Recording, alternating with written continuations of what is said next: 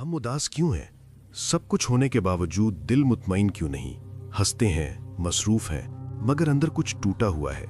Depression इसलिए नहीं कि हमारे पास कुछ नहीं, बल्कि इसलिए है कि हम अल्लाह से दूर हो गए हैं। दिल उस वक्त बेचैन होता है जब नमाज छूट जाए, कुरान बंद हो जाए और दुआ सिर्फ मुश्किल में याद आए।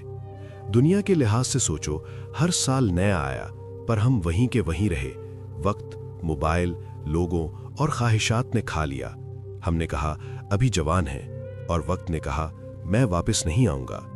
क्या कामयाब हुए?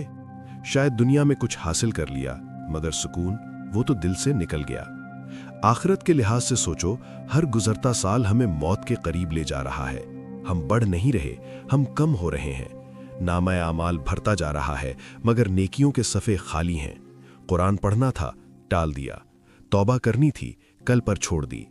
क़यामत के दिन का मंजर सोचो, वो दिन जब कोई साथ ना होगा, ना माल, ना हैसियत, ना लोग, सिर्फ आमाल और रब का हिसाब। उस दिन पछतावा होगा कि काश मैंने वक्त ज़ाया न किया होता, काश नमाज को मामूल बना लिया होता, काश कुरान से जुड़ गया होता। मगर उस दिन का काश किसी काम का नहीं होगा।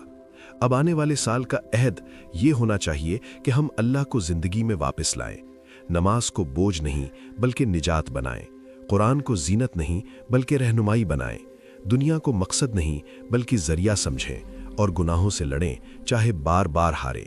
क्योंकि नया साल नहीं बदलता, इंसान बदलता है तो साल बदलता है।